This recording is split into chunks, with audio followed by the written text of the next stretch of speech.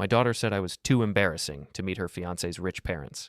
But at the rehearsal dinner, they stood up and said, "We've been waiting to finally meet the man who saved our company." She turned white. Before we get into it, don't forget to like and subscribe, as for heat, and hit hype to boost this episode. Drop a comment below with your city or country. I'm always curious where viewers are joining from. The words hit me like a punch I should have seen coming, but somehow didn't. Dad, please don't meet his parents. My daughter Claire stood in my living room doorway, her designer handbag clutched against her chest like a shield. The late afternoon sun cast long shadows across the worn hardwood floors I'd polished myself 20 years ago when we first moved into this modest 3-bedroom house. "You're embarrassing." I set down the newspaper I'd been reading. My reading glasses slid down my nose slightly, and I pushed them back up with one weathered finger.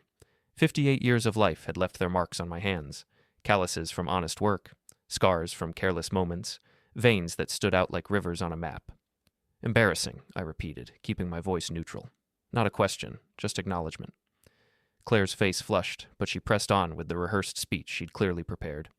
"They're extremely wealthy, Dad. The Castellanos. You've seen their name in the business sections. Gerard's father practically owns half the commercial real estate in the tri-state area.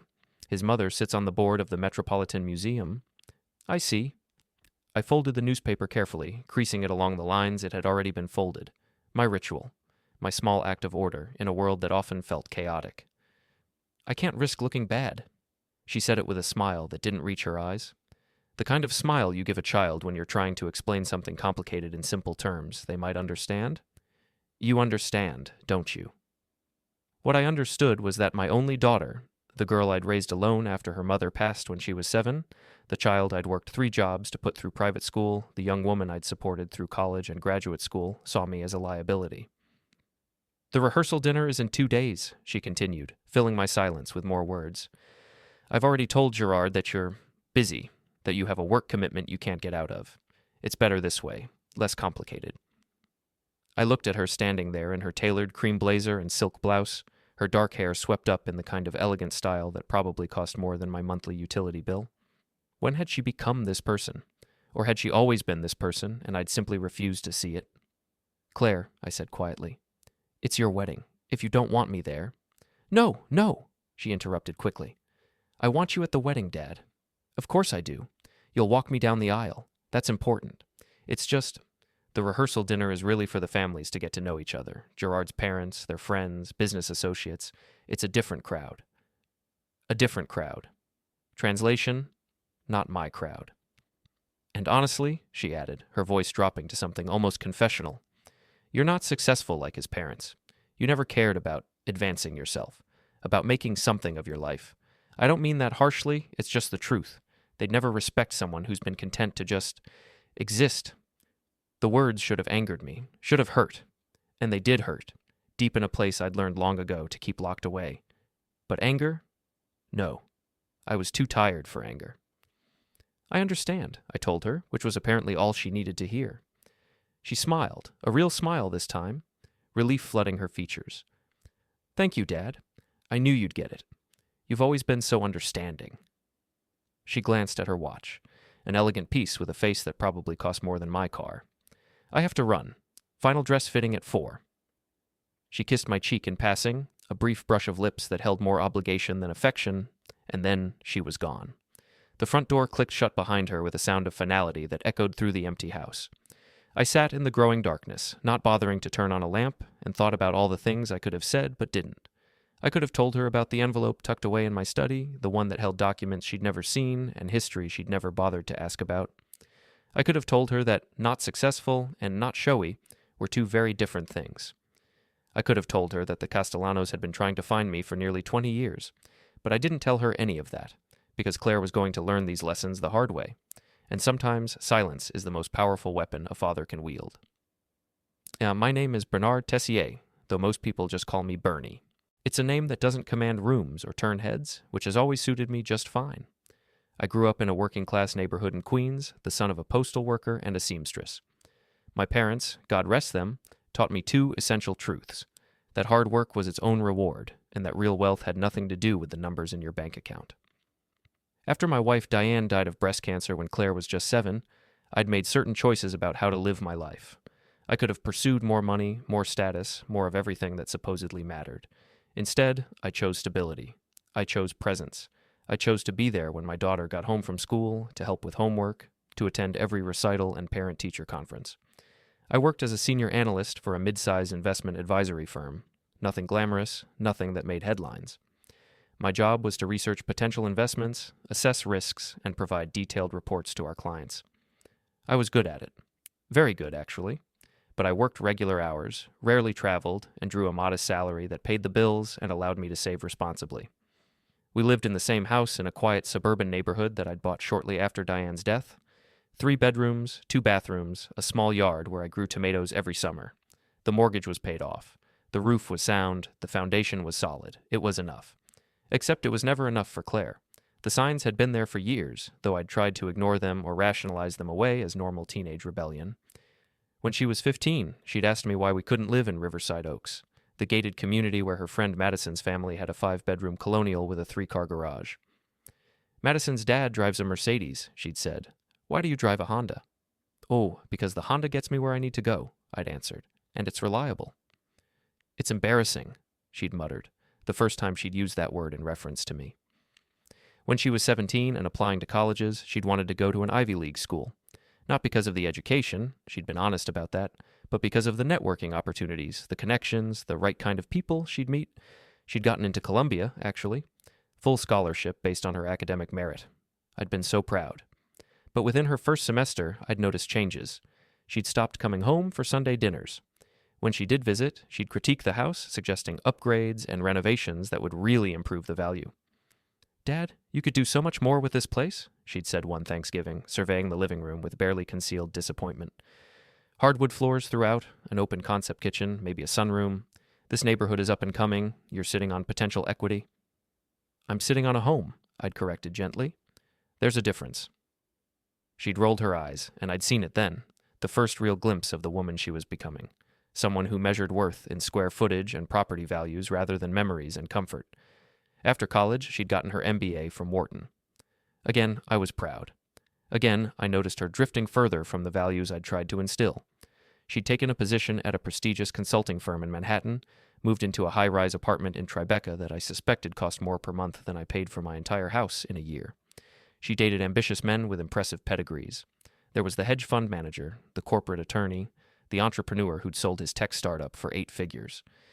Each relationship lasted a few months before dissolving for reasons she never fully explained, and through it all, she kept me at arm's length. I was invited to occasional dinners, always at restaurants she chose, always in neighborhoods where she could control the environment. She never brought her boyfriends to meet me, never suggested I visit her apartment beyond that first obligatory tour. You wouldn't be comfortable there, Dad, she'd said when I'd asked why we always met out. It's very modern, very minimalist, not really your style. Translation. She was ashamed of where I came from and who I was. What Claire didn't know, what I'd deliberately never told her, was that the modest life I led was a choice, not a limitation. The truth was hidden away in my study, in a fireproof safe behind a reproduction Monet print of water lilies that Diane had loved. Inside that safe were documents that told a very different story about Bernard Tessier than the one my daughter had written in her head. There were stock certificates, lots of them, blue-chip companies, tech firms that had grown from startups to industry giants, real estate investment trusts that had multiplied in value over decades. I'd been investing carefully and strategically since my 20s, long before it became fashionable to obsess over portfolio diversification and compound interest. There were property deeds. Not for this house. That deed was filed in the normal place, in the filing cabinet in the basement. These were for other properties, a small apartment building in Brooklyn that generated steady rental income, a commercial property in New Jersey leased to a regional grocery chain, a vacation cabin in the Adirondacks that I visited twice a year and let friends use the rest of the time. There were bank statements showing accounts that most people would consider more than comfortable. Not billionaire money, not private jet and yacht money, but enough to never worry about bills. Enough to retire tomorrow if I wanted to. Enough to know that I'd made choices about how to live rather than being forced into them by circumstance. And there was one other document. A letter, actually, yellowed with age, the ink slightly faded, but the words still clear.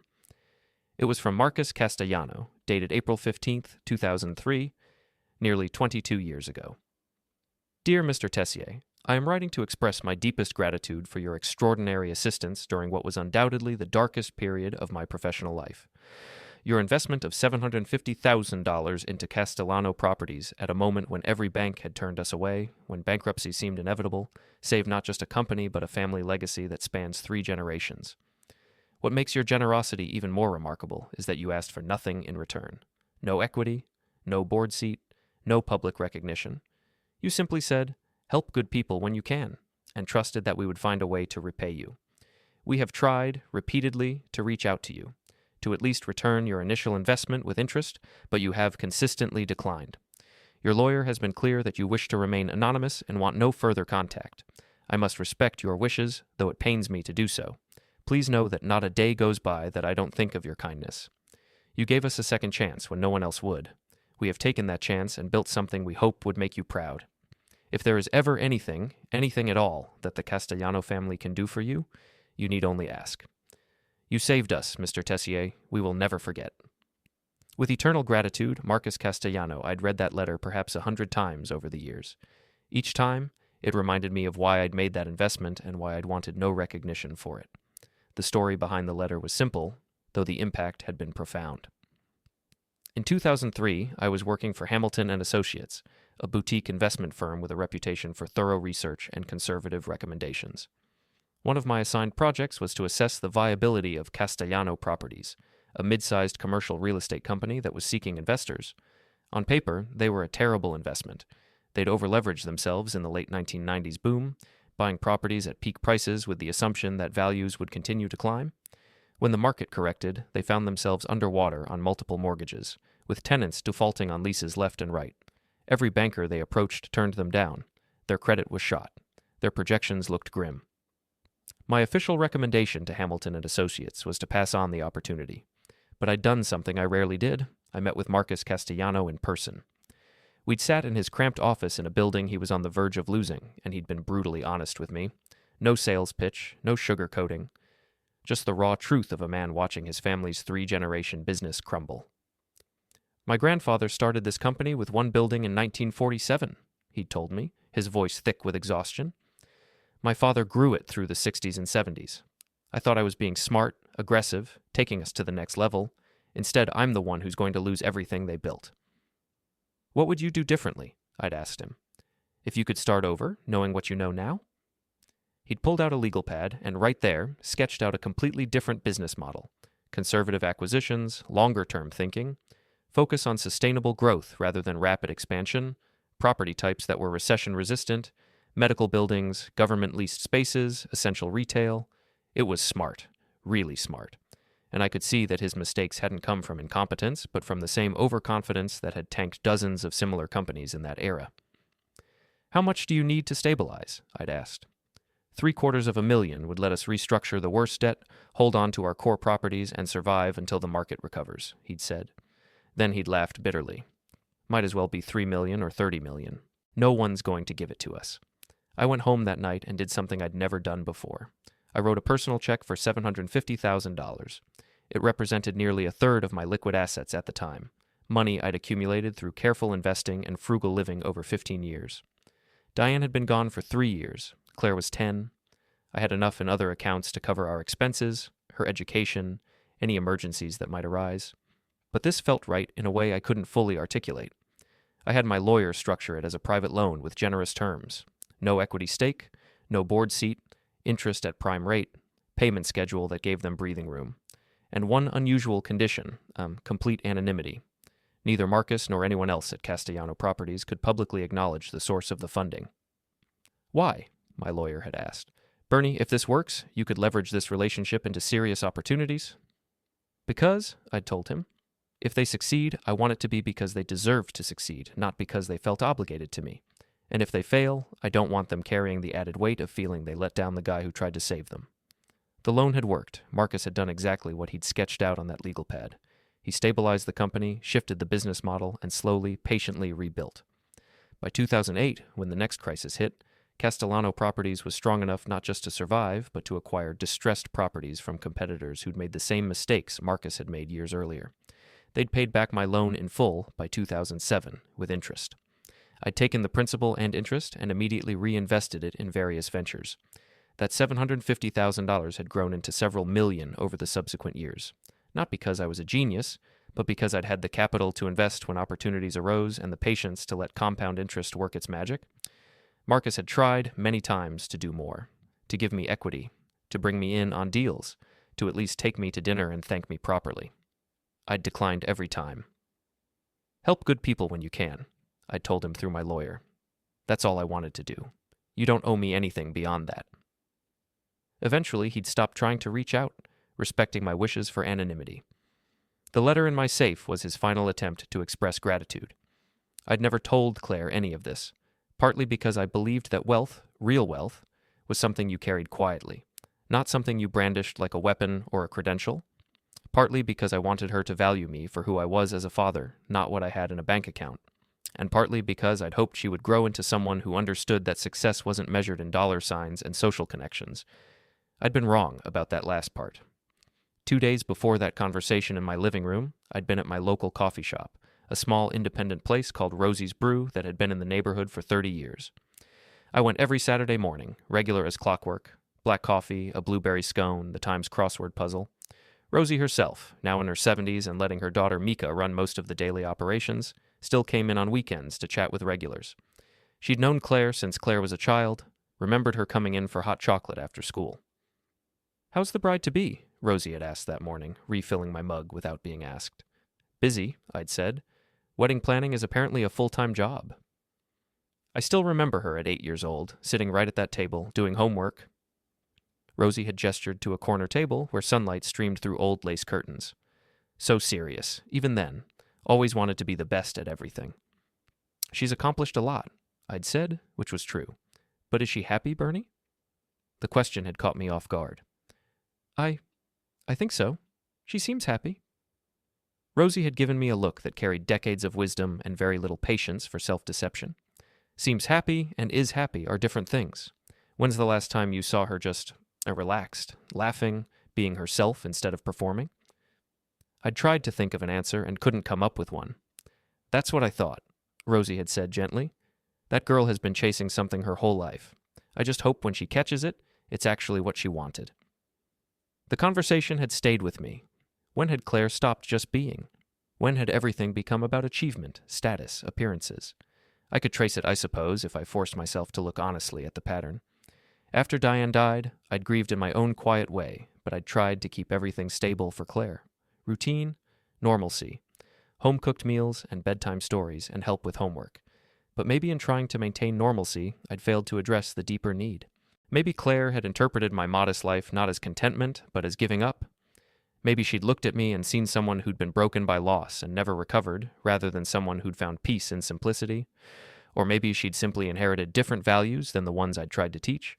Maybe no amount of present, engaged parenting could compete with the messages she'd absorbed from a world that equated worth with wealth, success with status, value with visibility. I'd once overheard a phone conversation she'd had with someone, a friend, I assumed, or maybe one of her ex-boyfriends. This was about 2 years ago, during one of her rare visits home. She'd been in the backyard, pacing while she talked, not realizing the kitchen window was open and I could hear every word. "No, he's not successful," she'd said, and I'd frozen in place, recognizing that she was talking about me.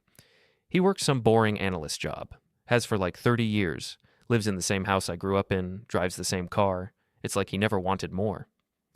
There'd been a pause while the other person spoke. "I don't know," Claire had continued, frustration creeping into her voice. "Maybe he was different before my mom died. She was the ambitious one from what I can remember, but after, it's like he just shut down, went through the motions, provided the basics but never pushed for more." Another pause. "Of course I'm grateful he raised me," she'd snapped. "That's not the point. The point is, I don't want to end up like that, settling, being content with mediocrity. There's a whole world out there, and I want to actually experience it, not just read about it in the newspaper every Saturday." I'd moved away from the window then, not wanting to hear more. But the words had burrowed deep. Settling, mediocrity, content with less. Is that really how she saw me? As someone who'd settled? As someone too afraid or too broken to want more? The irony was almost painful.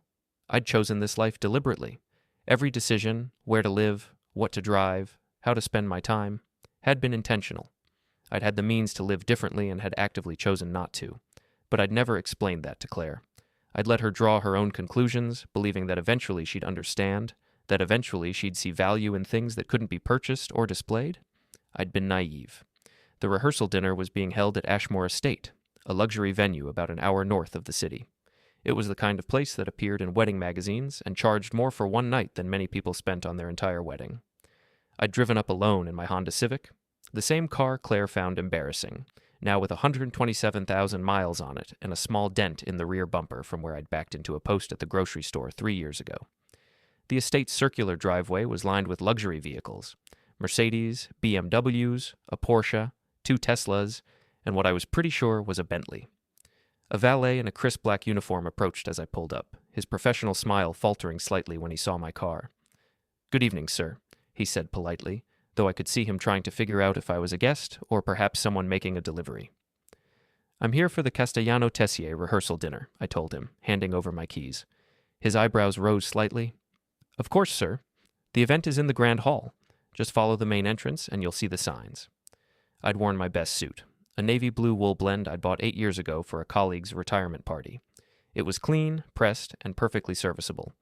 It was also, I was keenly aware, not designer. The shoes were comfortable Oxfords that I'd resoled twice rather than replace. The main entrance was stunning, all marble floors and crystal chandeliers and massive flower arrangements that probably cost more than my monthly mortgage payment used to be. Guests were milling about in clusters, holding champagne flutes and making the kind of small talk that people with money and pedigrees excel at. I spotted Claire immediately. She was holding court near the entrance to the Grand Hall, looking radiant in a cocktail dress that was probably worth a month of her rent. Her fiancé Gerard stood beside her, tall, handsome in that generic catalog model way, with perfect hair and a practiced smile. The moment she saw me, her face went through a rapid series of expressions: surprise, shock, horror, and finally a forced smile that didn't reach her eyes. She excused herself from the group she'd been charming and hurried over, Gerard trailing behind her. "Dad," she hissed, her smile never wavering for the benefit of any onlookers, "I told you not to come." "You told me not to meet his parents," I corrected gently. "You didn't tell me not to come to the rehearsal dinner, and it's my daughter's wedding weekend. I'll sit in the back. I won't make a scene, but I'm not staying home." Her jaw tightened. Gerard, to his credit, looked uncomfortable with the whole situation. "Mr. Tessier," he said, extending his hand, "it's good to see you again." We'd met exactly twice before, once briefly at a coffee shop when Claire had run into me while out with him. I was fairly certain the encounter had been orchestrated to get it over with. And once at a restaurant for a stiff, formal dinner where Claire had controlled every aspect of the conversation. "Gerard," I said, shaking his hand, "congratulations again." "Dad, please." Claire tried one more time, her voice dropping even lower. "His parents are here. They're friends, business associates. This is—" "Your father has every right to be here," Gerard interrupted, surprising both of us. He looked at Claire with something I couldn't quite read in his eyes. "He's family. My parents will be happy to finally meet him." "Finally!" Claire's voice pitched higher. "What do you mean, finally?" But before Gerard could answer, a voice rang out across the entrance hall. "Gerard, there you are, darling." An elegant woman in her mid-50s glided toward us, followed by a distinguished-looking man with silver hair and an expensive suit. Gerard's parents. I recognized them from the photos Claire had shown me, though in person they radiated even more of that particular confidence that comes with old money and established social position. "Mom? Dad?" Gerard said, his hand moving to the small of Claire's back, in a gesture that was probably meant to be supportive, but looked more like he was bracing her. "I want you to meet Bernard?" The word came from Marcus Castellano, Gerard's father, who had stopped dead in his tracks, staring at me with an expression of absolute astonishment. The entrance hall, which had been buzzing with conversation, went quiet. People turned to look. Claire froze. "Bernard Tessier?" Marcus said again, moving forward now, ignoring his son, ignoring Claire, his full attention on me. "Is it really you?" His wife, Isabella, was staring at me too, her hand pressed to her chest, her eyes wide. "Hello, Marcus," I said quietly. "It's been a long time." 22 years, he said, his voice thick with emotion. 22 years we've been trying to find you. The Grand Hall had been set up for an intimate dinner party. 8 round tables, each seating 8 guests, with a head table for the wedding party and immediate family. The room was gorgeous, all exposed beams and modern chandeliers, with floor-to-ceiling windows overlooking formal gardens lit by tiny fairy lights. but no one was looking at the decor anymore. Marcus Castellano had not let go of my hand after that initial handshake. He was still holding it, his grip firm, his eyes glistening with what I was fairly certain were tears. "Isabella," he said, turning to his wife without releasing my hand. "This is him. This is Bernard Tessier." Isabella Castellano moved forward, and to my complete surprise, she embraced me. Not a polite society hug, but a real embrace, the kind that spoke of genuine emotion. "You saved us," she whispered. "You saved everything."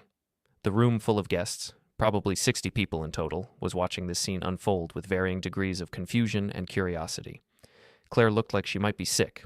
Gerard looked confused but interested. "I think," I said gently, "we might be making a scene." "Good," Marcus said firmly. He turned to address the room, his voice carrying that natural authority that comes from decades of leadership. "Everyone, please take your seats. We're about to begin the dinner, but first, I need to say something." Staff members in crisp uniforms began guiding guests to their tables. The noise level rose as people settled in, speculation running through the crowd in whispers and glances. Marcus guided me, not to the back of the room as I'd planned, but to the head table. Claire had no choice but to follow, her face pale, her designer heels clicking rapidly on the hardwood floor. Once everyone was seated and the room had quieted again, Marcus stood. He waited until he had absolute silence, the skill of someone who knows how to command attention. "For those of you who don't know me well," he began, "I'm not typically an emotional man. I built Castellano Properties on logic, research, and calculated risks. But tonight, I'm going to tell you a story about the time when logic and research failed me, when every calculated risk I took went wrong, and when I learned the most important lesson of my business career." He looked at me, and I shook my head slightly, trying to signal that this wasn't necessary. He ignored me. In 2003, I nearly lost everything. The company my grandfather started in 1947, that my father built through his lifetime, that I thought I was taking to new heights, I nearly destroyed it through arrogance and poor timing. We were leveraged beyond reason. The market had turned, we were bleeding money, and every single bank, every potential investor, every person I asked for help said no. Claire was staring at her father-in-law-to-be as if she'd never seen him before. I was sitting in my office, looking at bankruptcy paperwork, knowing I was going to lose buildings that had our name on them, that I was going to lay off people who'd worked for us for decades, that I was going to be the Castellano who ended it all, and then my lawyer called and said someone wanted to meet with me. Marcus picked up his water glass, took a sip, and continued. "A man came to my office. He wasn't flashy, wasn't trying to impress me. He asked me questions, hard questions about what I'd done wrong and what I'd do differently, and I was honest because I had nothing left to lose. I told him my plan to save the company, and he said, 'I think that could work.'" Isabella was watching her husband with a soft smile, clearly having heard this story before, but never tiring of it. 3 days later, my lawyer called again. A $750,000 personal loan had been deposited into our account. The terms were generous. The interest was fair. There was no equity stake, no board seat, no demands except one: complete anonymity. The benefactor wanted no recognition, no publicity, no relationship beyond the financial transaction. Gasps rippled through the room. $750,000 was serious money, even for this crowd. "That loan saved us," Marcus said simply. "It gave us the breathing room to execute the plan, to restructure, to survive until we could rebuild properly. By 2007, we'd paid it back in full, and we tried. God, we tried. To do more, to give equity, to bring our benefactor into the business, to at least meet face to face and say thank you properly." He looked at me again, and this time his voice cracked slightly with emotion. But this man, Bernard Tessier, refused. Every overture, every offer, every attempt to show our gratitude, his lawyer would simply say, "Mr. Tessier wishes you well and requires nothing further." For 22 years we've wondered about him, hoped we might somehow cross paths, hoped we might get the chance to say what he wouldn't let us say back then. Marcus raised his glass, and the entire room followed suit.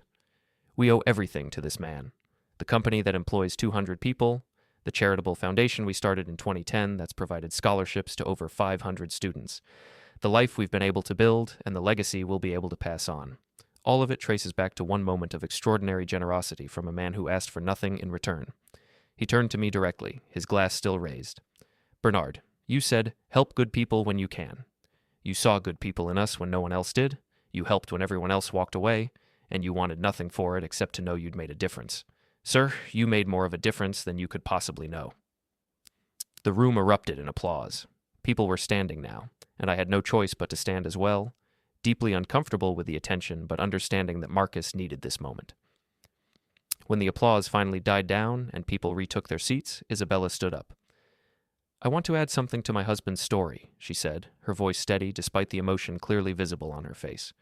"When we finally found out who our benefactor was, when we learned that Bernard Tessier was Claire's father, I asked Gerard, 'What is he like?' She looked at Gerard, who shifted uncomfortably in his seat. And my son told me, 'He seems nice enough, but Claire doesn't talk about him much. I think their relationship is complicated.' That broke my heart, because the man who saved our family, who made our lives possible, apparently wasn't valued by his own daughter. So I want to say something very clearly in front of all these witnesses." Isabella looked directly at Claire now, and there was steel beneath the elegant exterior. "If anyone here should feel embarrassed, it isn't Bernard. It's not the man who had the means to help and chose to use those means selflessly. It's not the man who expected nothing and wanted no recognition. It's not the man who has clearly lived with integrity and dignity." The words hung in the air like an indictment. Claire's face had gone from pale to flushed, her hands gripping the table edge. The dinner proceeded, but the atmosphere had shifted completely. What was supposed to be an elegant social gathering had become something else entirely, part tribute, part reckoning. People kept approaching me throughout the meal, introducing themselves, expressing admiration, asking questions. I answered politely but briefly, uncomfortable with the attention, despite understanding why it was happening. Claire sat beside Gerard at the head table, barely touching her food. She'd tried several times to start a conversation, with me, with Gerard's parents, with anyone, but words seemed to fail her.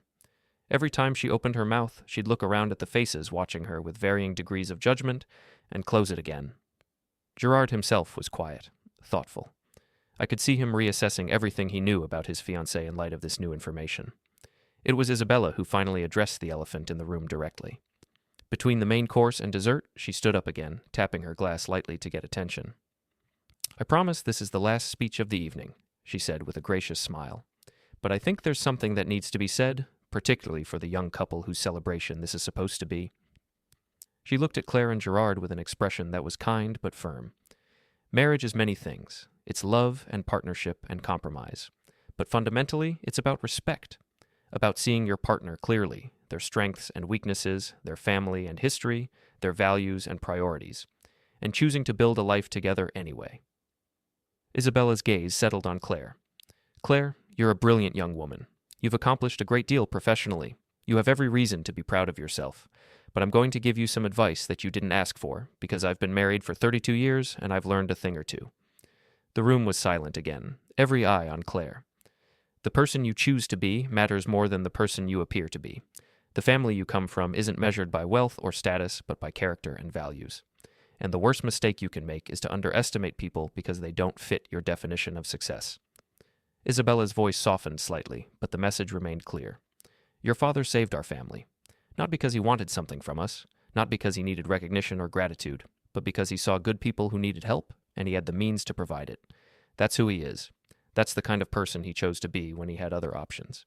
She turned to address the full room now. "We all make choices about how to live. Some people chase wealth for its own sake. Some people accumulate status and power.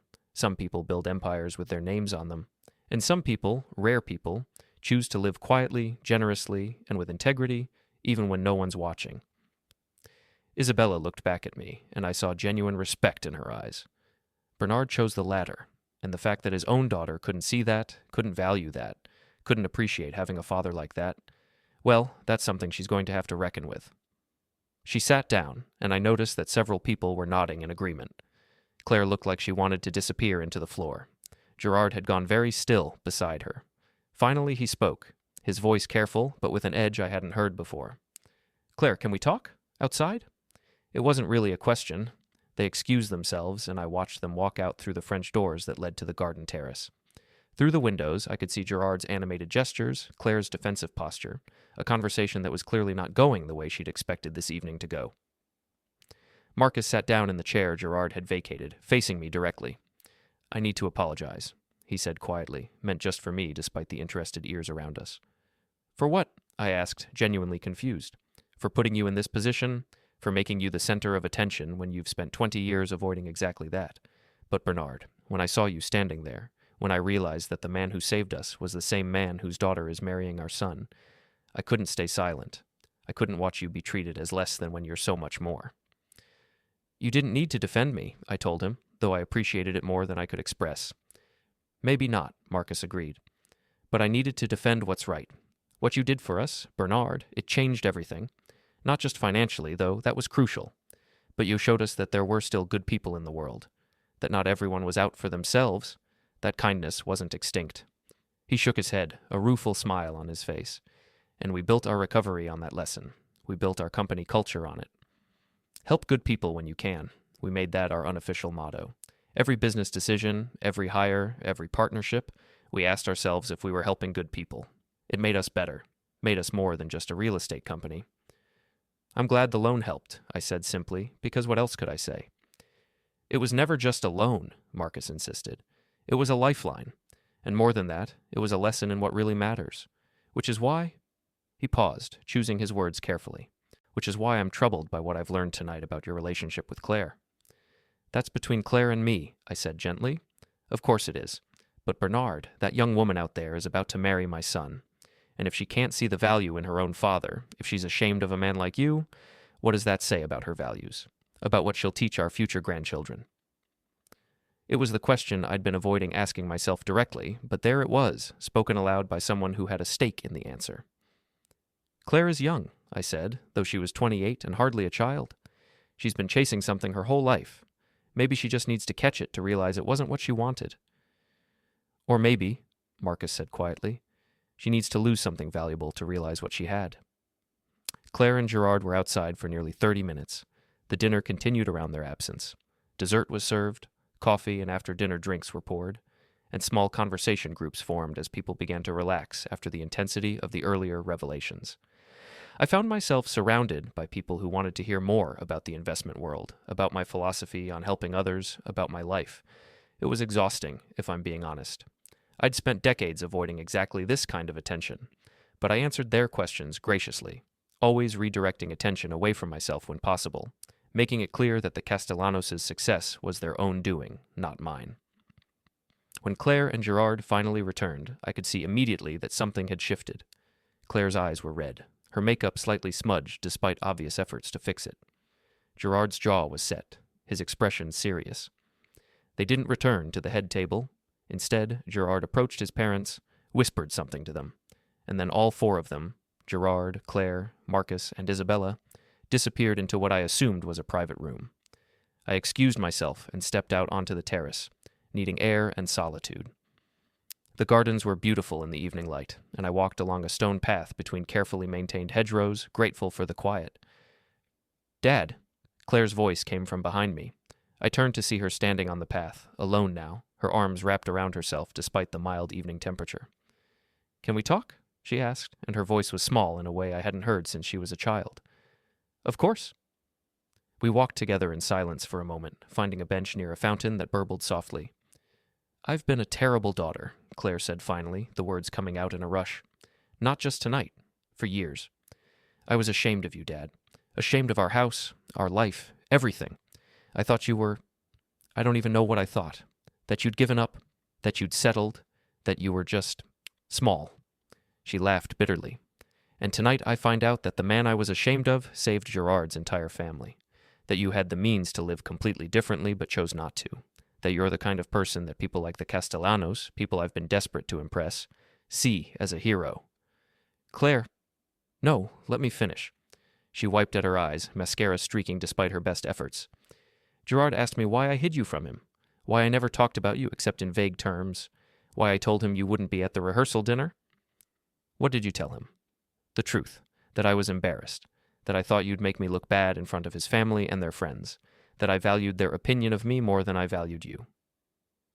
She looked at me directly now, and I saw genuine anguish in her eyes. "And do you know what he said, Dad? He said that my inability to see your value, my willingness to discard you because you didn't fit my definition of success. It made him question whether he really knows me, whether the woman he's been planning to marry is the woman he thought she was." My heart sank. "Claire, I never wanted to cause problems between you two." "You didn't cause anything," she said sharply. "I did this by being shallow, by valuing all the wrong things, by being so busy chasing wealth and status that I couldn't see integrity and character right in front of me. She was crying openly now, not trying to hide it. His parents? They looked at me like I was some kind of monster, like how could anyone be ashamed of a father like you? And they're right. How could I? What kind of person does that? I moved closer, putting an arm around her shoulders the way I used to when she was little and had skinned her knee or lost at a school competition.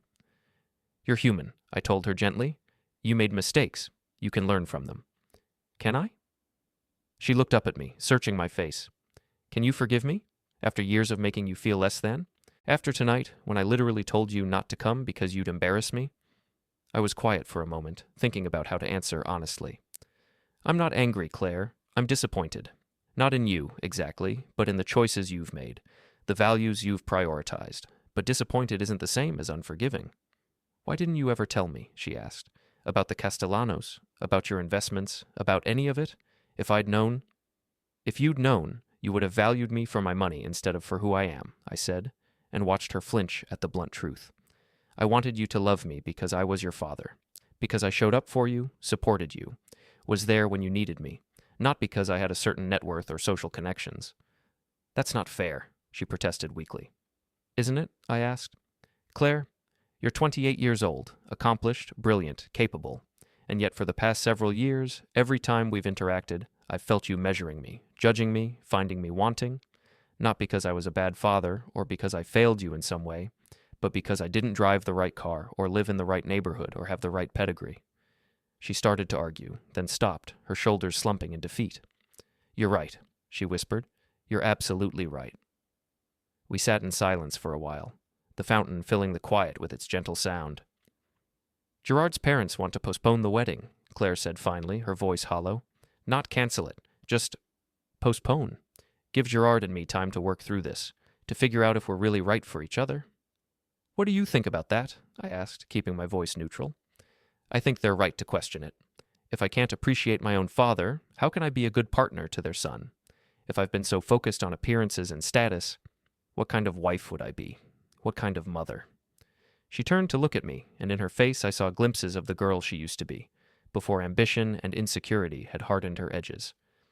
I don't know how to fix this, Dad. Any of it.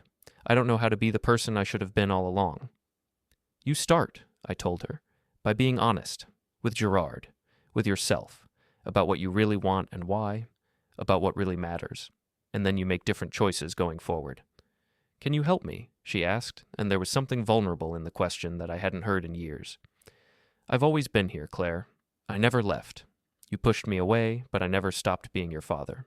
I never stopped loving you or wanting the best for you. She leaned against me, and I held her while she cried, the way I'd held her 20 years ago when her mother died, the way I'd held her through every childhood hurt and disappointment. I'm sorry, she kept saying. I'm so sorry, Dad. I know, I told her. I know you are.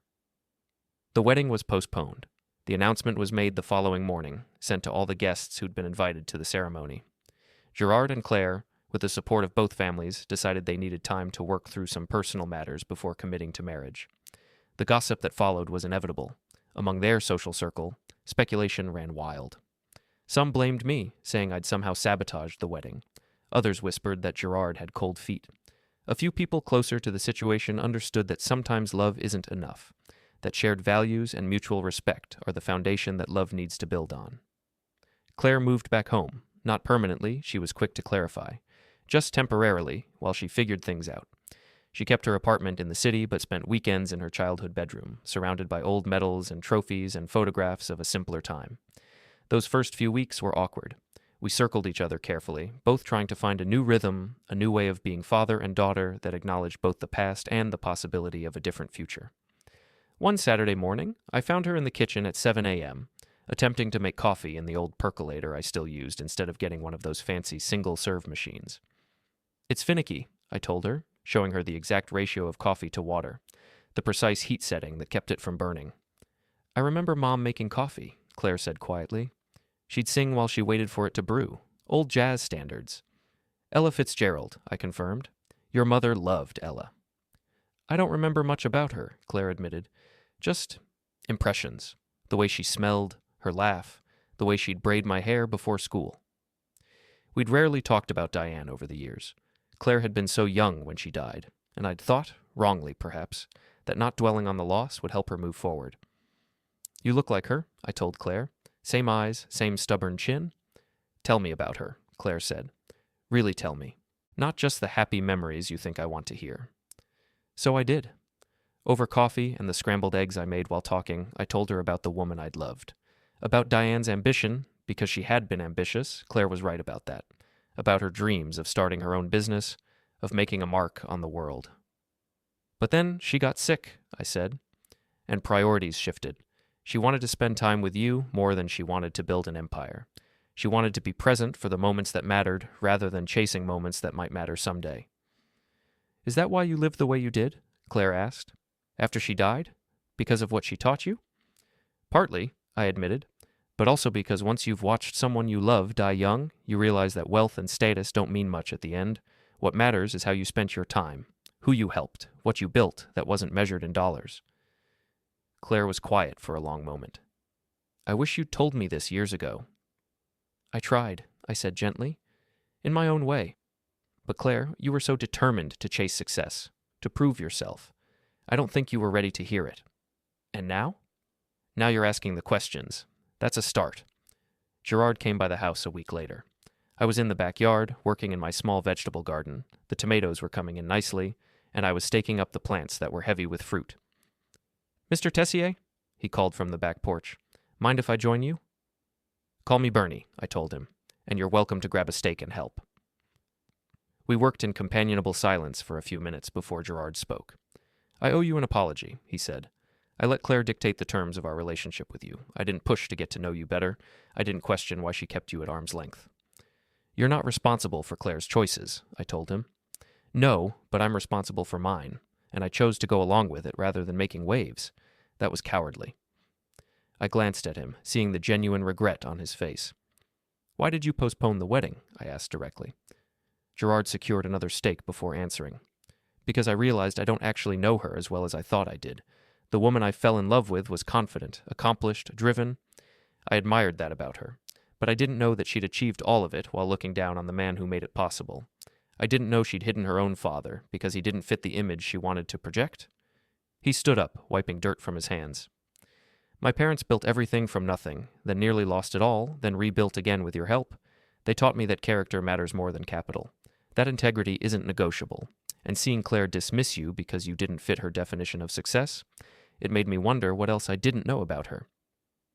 "People can change," I offered. "Can they?" Gerard looked at me skeptically. "Or do they just hide their true selves better?" "I think," I said carefully, "that people can grow if they're willing to do the hard work of examining why they are the way they are, if they're willing to be uncomfortable and challenge their own assumptions. Is Claire willing to do that?" "I don't know," I admitted, "but I think recent events have shaken her enough that she might be. Time will tell." Gerard nodded slowly, then changed the subject. "My parents want to invite you to dinner. At their home, not at some fancy restaurant. They want to cook for you, to actually say thank you properly after all these years." "That's not necessary." "I know," Gerard said with a slight smile. "They said you'd say that. But Bernie, please, let them do this. Let them have this moment. You gave them so much. Let them give you something back, even if it's just a meal and a conversation." When he put it that way, I couldn't really refuse. The Castellano home was impressive without being ostentatious. It was a stately colonial in a neighborhood where old money lived quietly, the kind of place with mature trees and stone walls and gardens that had been tended for decades. Isabella answered the door herself, no staff in sight, and hugged me warmly. "Thank you for coming," she said. "Marcus has been cooking all day. He's nervous, which is adorable since I haven't seen him nervous in about 20 years. The inside of the house was elegant but comfortable. Family photos everywhere, Gerard as a child, graduations, vacations, 3 generations of Castellanos captured in silver frames. Marcus emerged from the kitchen wearing an apron that said, "Trust me, I'm a chef," in faded letters, a gift from Gerard, according to Isabella's whispered aside. "Bernie," he said, gripping my hand firmly. "Welcome, actually welcome, not just standing in a doorway at a rehearsal dinner." "Something smells amazing," I told him, and it was true. "Osso buco," he said proudly. "My grandmother's recipe. I figured if we're doing this, we're doing it right." We sat in their living room with drinks before dinner, and the conversation flowed easily. They asked about my work, my life, my interests. I asked about the company, their charitable foundation, their hopes for the future.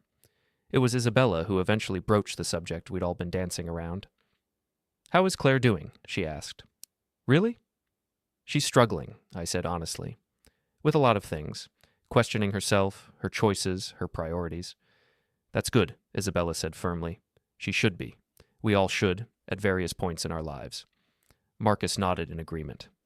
"When we nearly lost the company," he said, "I spent months afterward questioning everything. Every decision I'd made, every assumption I'd held.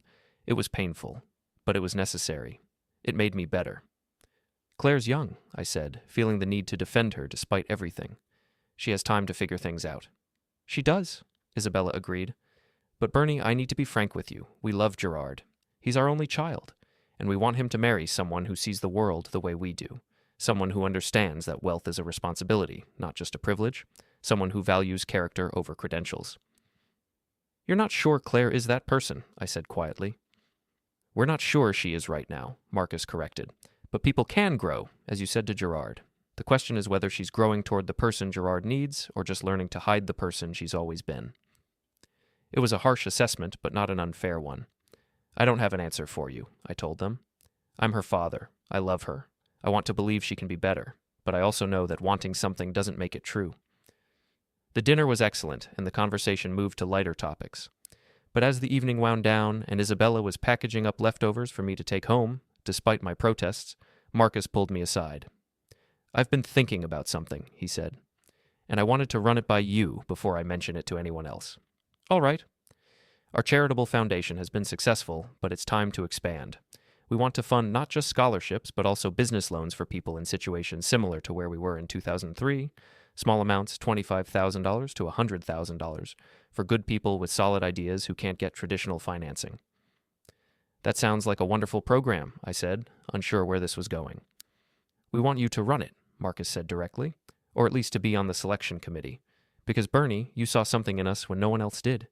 You evaluated not just the numbers, but the people. That's a rare skill, and we could use it to help a lot of other people the way you helped us."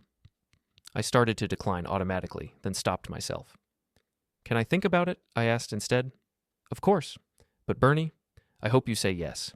Because help good people when you can shouldn't be something that only happened once, 22 years ago. It should be a legacy."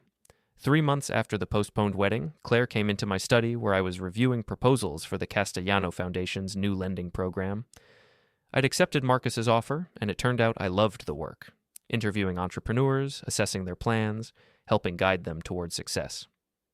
"Dad?" she said from the doorway. "Can I talk to you about something?" "Always," I told her, closing the laptop. She sat in the old leather chair across from my desk, the same chair where she'd sat years ago doing homework while I worked beside her. "I've been seeing a therapist," she said without preamble. "Gerard suggested it. Well, more like insisted on it if we were going to try to make things work." "That's good," I said, meaning it. It's been hard, confronting things about myself that I don't like, understanding where my insecurity and my need for external validation comes from. She twisted her hands in her lap. We talked a lot about Mom, about how losing her when I was so young affected me. My therapist thinks I internalized the idea that if I was just successful enough, perfect enough, impressive enough, I could somehow control things, keep bad things from happening. I felt a pang of guilt.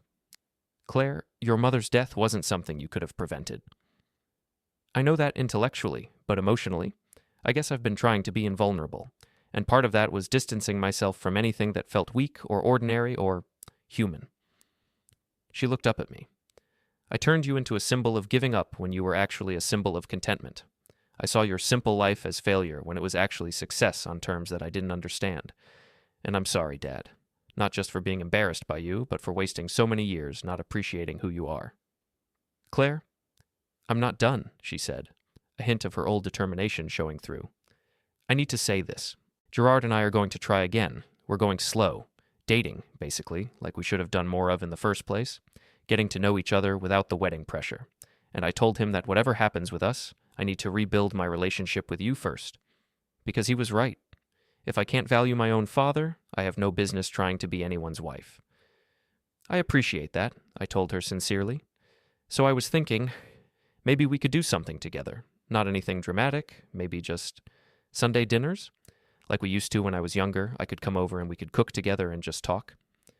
It was such a simple request, but the hope in her voice made my throat tight. I'd like that very much, I said. And so we did. Every Sunday, Claire came over. We cooked together, sometimes successfully, sometimes burning things spectacularly and ordering pizza instead.